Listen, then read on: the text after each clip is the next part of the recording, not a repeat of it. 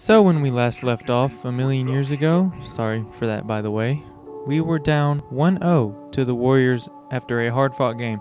If you have more questions about why it's been so long, I posted a channel update like 2 days ago. I think it'll be 2 or 3 days ago at the point of this upload. But in the spirit of hurrying up our inevitable series loss, we're going to go ahead and simcast a game or two. Oh, what, you thought we were going to win in 7 and then go on and win the finals as the 8th seed? Definitely not. We're completely outmatched in pretty much every single way against this Warriors team except in post play, where we absolutely demolished them. But anyway, here's us simcasting game 2. It's actually way closer than I originally thought it would be, considering we had a pretty bad first half. We ended up losing a very close one though, dropping game 2 103 to 102. But in game 2, who was good for us? Kinda nobody, to be honest, except Aaron Gordon is proving the doubters wrong with his uber efficient 17 and 8. This is the AG that I signed up for. He's probably playing good defense too, right? Cat was way too passive, I gotta say though. But did we really expect to take a game in Golden State on to game 3 where we are at home for the first time? Gotta say, this one looked a lot better than it was, in the beginning. But then the second half, we're like, I don't really feel like playing defense anymore. And then as you can see, we allowed the Warriors to score almost 50 points in the fourth quarter. 50. I think I found the reason why we lost so terribly. And as you can see, Steph decided to turn back the clock to 2016 and absolutely obliterate whoever defended him. But let me show you something. Let me show you something real quick. Aaron freaking Gordon, dude. 23 points and made 5 threes. 5. This man has been crazy these last 2 games. And it's very encouraging because he was kind of bad in the regular season. D'Lo also had 15 assists with 0 turnovers. That's our point guard. And since all that's out of the way now, we can get on to the main event today, which is Game 4 at home, facing elimination. Maybe we can turn this into something. Clay was actually an assignment on Cat for a bit in this game, and I'm not entirely sure why. But Cat took advantage of it almost every time. And then Steph, was hitting Steph shots. It's not exactly the most encouraging thing. But we can skip over the part where we go down like 10 and just go to the competitive part, because it was back and forth a lot this game. A lot. We even got an Aaron Gordon lob in. I think it was from Okoro. I can't remember. But like I said, it was pretty back and forth, to be honest, in the latter part of the quarter. Wasn't really a whole lot to show in the quarter, but we're up 3 going into the second. Things go back and forth again. Both sides hitting shots. Curry doing Curry things. He hit some ridiculous step back 3 at one point. I think he had already lost his defender. My bad, I guess. It was at like the 8-minute mark, I think. Okogie actually greened a 3, believe it or not. I actually chucked it up as kind of just an end of the shot clock kind of thing, I think. And considering he posted like 16, 11, 0 splits in the playoffs, yeah, those are real splits. That's actually what he was doing. But no one could really pull ahead, it seemed like, in the second. The highest lead was probably only 2 or 3 points. And then towards the end of the second quarter, Steph and Clay hit some threes, normal Splash Bros things.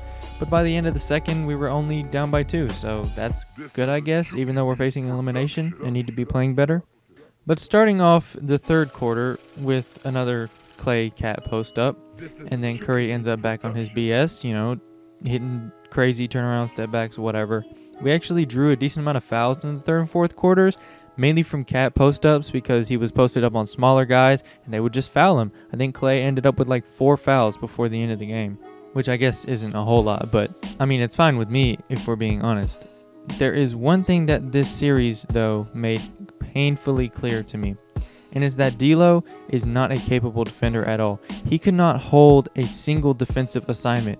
And even if I was staying in front of him and all that, he just kept getting blown by. Maybe that'll be better in 2K21.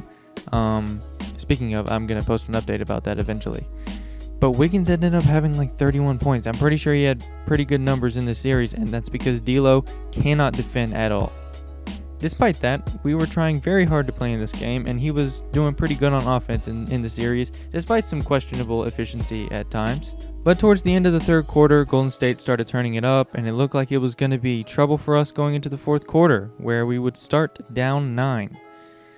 I would love to say that we fought hard and clamped up Steph and Wiggins, but it seemed like they had decided now was the perfect time to start cooking. We draw it within 10, but then Steph or Wiggins would hit a shot, mainly Wiggins. And sometimes we even just forgot that Pascal? I don't know how to pronounce his name. But anyway, we didn't guard him, like twice.